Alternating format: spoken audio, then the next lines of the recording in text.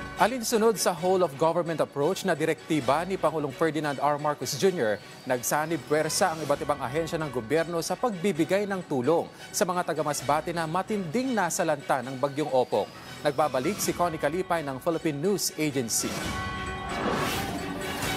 Simula nang dumating ang tulong ng iba't ibang ahensya ng pambansa at lokal na pamahalaan sa rehiyon ng Bicol, partikular sa lalawigan ng Masbate na lubhang naapektuhan ng Bagyong Opong nitong nakaraang linggo.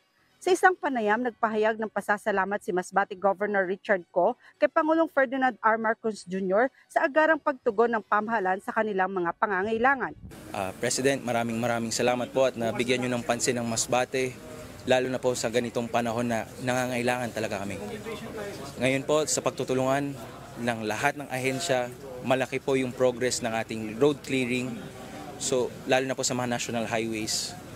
So ngayon po susubukan pong maiabot yung mga relief goods sa iba't ibang mga munisipyo dito sa probinsya ng Masbate, nahatid ng ating mga national agencies. Sinabi ni Ko na kailangan ng iba't ibang uri ng tulong dahil malaking pinsala ang naidulot ni Opong sa mga gusali, komunikasyon, kuryente at kabuhayan ng maraming residente sa Masbate.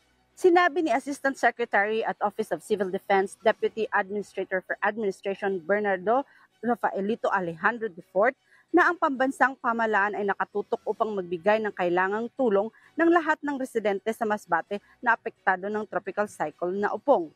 Batay aniya sa kanilang assessment, ang Masbate ay nangangailangan ng augmentation sa road clearing, restoration ng kuryente at komunikasyon at pabahay.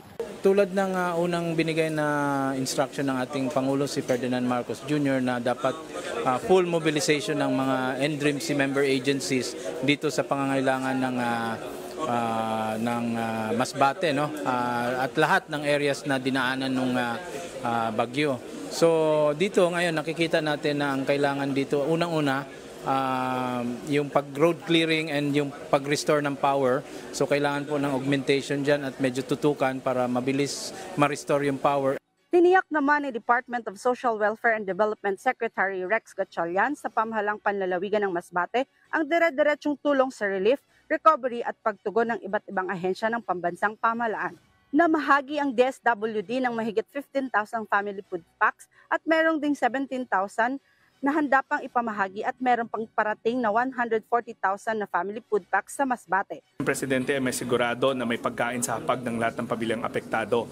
Bago pa tumama yung bagyo, meron na tayong pre-position dito, nakapag-release na tayo ng around 15,000 family food packs. Kasalukuyan may 17,000 na tayo na ready for deployment at ang panag-usapan namin ng ating buting governor, pati na rin ng mga alkalde natin, tuloy-tuloy yung family food packs. So we're deploying another 140,000 family food packs kasi matagal-tagal itong issue na to.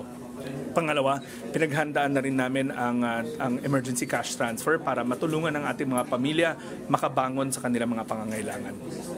Bukod dyan, inutusan rin ako ng Presidente na alamin pa yung mga ibang pangangailangan para ma-relay ko sa mga ibang fellow cabinet secretaries natin. Mahaba yung listahan na napag-usapan pero rest assured na parating ko na sa mga respective cabinet secretaries yung mga iba't ibang mga pangangailangan katulad ng restoration of power, medical facilities, schools, na-relay na natin directly to all the cabinet secretaries.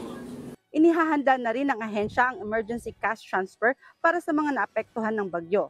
Nagbigay ang Department of Health sa Bicol ng mahigit 1.4 milyong halaga ng mga gamot, lalagyan ng tubig, hygiene kits, breastfeeding kits at surgical mask.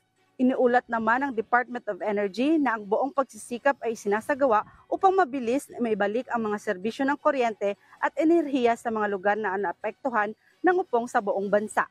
Ang Department of Human Settlement and Urban Development ay meron namang 5,000 shelter-grade tarps at 700 shelter kits na nagkakahalagang 17 million na para sa Masbate.